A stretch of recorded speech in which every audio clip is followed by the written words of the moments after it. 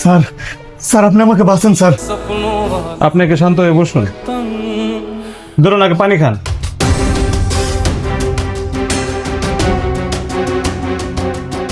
কি হয়েছে এবার একটু খুলে বলুন।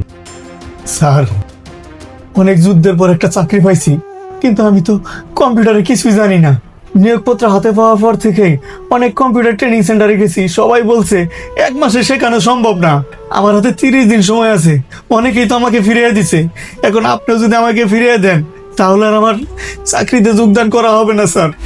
আপনাকে যারা ফিরিয়ে দিয়েছে তারা ভুল বলেনি। 30 দিনে কম্পিউটার বিশেষজ্ঞ হওয়া সম্ভব না, কিন্তু একটা অফিসে কাজ করার জন্য যতটুকু দরকার ততটুকু কি 30 দিনে সম্ভব নয়? অবশ্যই সম্ভব। কি বলেন স্যার, আমি কি পারবো? অবশ্যই পারবেন, আপনি আমার সাথে আসুন। এখানে বসুন।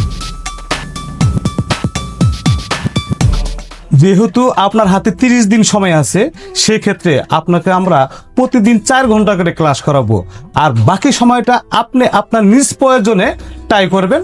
আগামী 30 দিন আমরা অপ্রয়োজনীয় কোনো কাজ শিখবো না, আমরা শুধু MS ওয়ার্ডটাই শিখবো। পাশাপাশি আমরা শিখবো অফিসিয়াল কাজ করতে আমাদের যা যা প্রয়োজন হয়, যেমন ইমেল আদান প্রদান করা, চিঠিপত্র তৈরি করা, অফিসিয়াল ডকুমেন্ট তৈরি করা। স্যার আমি কি পারবো? আমি তো মাউসে ঠিক মতো ধরতে পারি না। অবশ্যই পারবেন, যদি আপনার কাজ করার জন্য মনের ভিতরে জিদ থাকে। ভয় পাওয়ার কিছু নেই, কম্পিউটার কোনো দানব নয়, এটা সামান্য একটা যন্ত্র।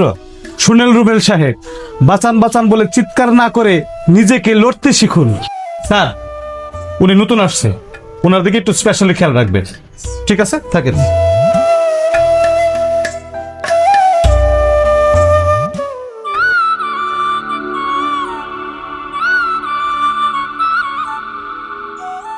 আসসালামু আলাইকুম স্যার। ওয়ালাইকুম সালাম। আরে রুবেল সাহেব, আপনার না গতকাল জয়েন করার কথা ছিল? জি স্যার, জয়েন করেই তো আপনার কাছে আসলাম।